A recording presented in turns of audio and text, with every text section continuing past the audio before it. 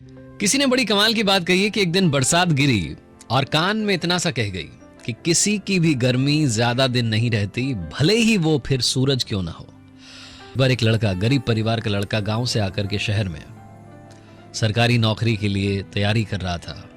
कुछ परीक्षाएं दे चुका था, कुछ परीक्षाएं बाकी थी। एक दिन खुशी की बात हुई, उसके पास में एक इंटरव्यू के लिए कॉल आया। अगली सुबह उसे जाना था, दूसरे शहर में जाना था, लेकिन समस्या ये थी कि इस लड़के के पास में पैसे नहीं थे।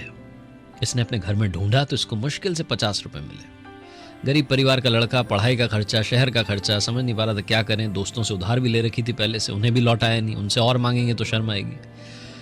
अगली सुबह हिम्मत करके एक जोड़ी कपड़े जो थे अच्छे वाले, उन्हें पहन करके अपने कागजात लेकर के बस स्टैंड की तरफ चल दिया।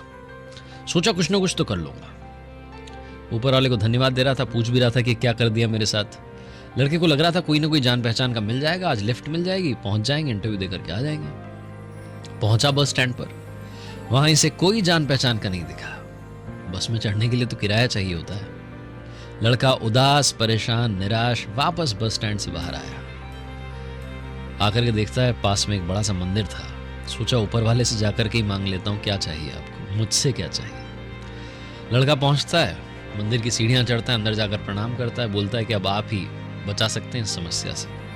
उतर करके सीढ़ियों पर बैठ करके जूते बांध रहा होता है, जूते पहन रहा होता है, तो देखता है कि पास में एक फकीर बैठे हुए और उनके कटोरे में बहुत सारे पैसे रखे। फिर से मंदिर की तरफ मुड़ता है और कहता है, वाह कमाल, देखो जिसको चाहिए उसको दे नहीं रहे हो, जिसको नहीं चाहिए उसको बहुत सारे दे रखे हैं पैसे। फकीर ये सब समझ जाता है, पूछता है क्या हो गया, कोई परेशानी में हो, मदद कर सकता हूं तुम्हारी। तो लड़का कहता है, बाबा आप क्या मदद करोगे, आप तो खुद मांग करके कमा रहे हो। तो फकीर कहता है, नहीं, मांग करके नहीं कमा रहा। इस मंदिर में जो आता है वो इसलिए नहीं देकर के जा रहा है कि मैं मांग रहा हूं, वो इसलिए देकर के जा रहा है कि उसे पुण्य कमाना है। मैं तुम्हारी मदद कर सकता हूं, बात क्या है। लड़का बताता है कि इंटरव्यू देने के लिए जाना है, 500 रुपये लगभग चाहिए, कम से कम चाहिए। तो फकीर कहता है, मुझसे पैसे ले जाओ, मुझे ज्यादा जरूरत नहीं है, ना मोह है, मैं तो एक टाइम का खाना खाता हूँ, बीमार हूं इसलिए कुछ दवाइयां चाहिए होती हैं, बाकी पैसा खुद जाकर के शाम में मंदिर की दान पेटी में डाल देता हूं। लड़का विश्वास कर लेता है फकीर की बात का, पैसे ले लेता है, बोलता है बाबा जब मेरे पास आ जाएंगे लौटाने के लिए जरूर आऊंगा। फकीर बोलता है कोई बात नहीं, यहीं बैठा हूं, कहीं और मेरा ठिकाना नहीं है। लड़का जाता है, इंटरव्यू देता है, लकीली उसका सिलेक्शन हो जाता है। खुश होकर के वो लड़का शाम में जब वापस अपने शहर आ रहा होता है तो सोच रहा होता है कि बाबा को धन्यवाद करूंगा, उन्हीं की वजह से आज चमत्कार हुआ है। पहुंचता है उस मंदिर के पास तो देखता है कि वहां सीन बदल चुका है।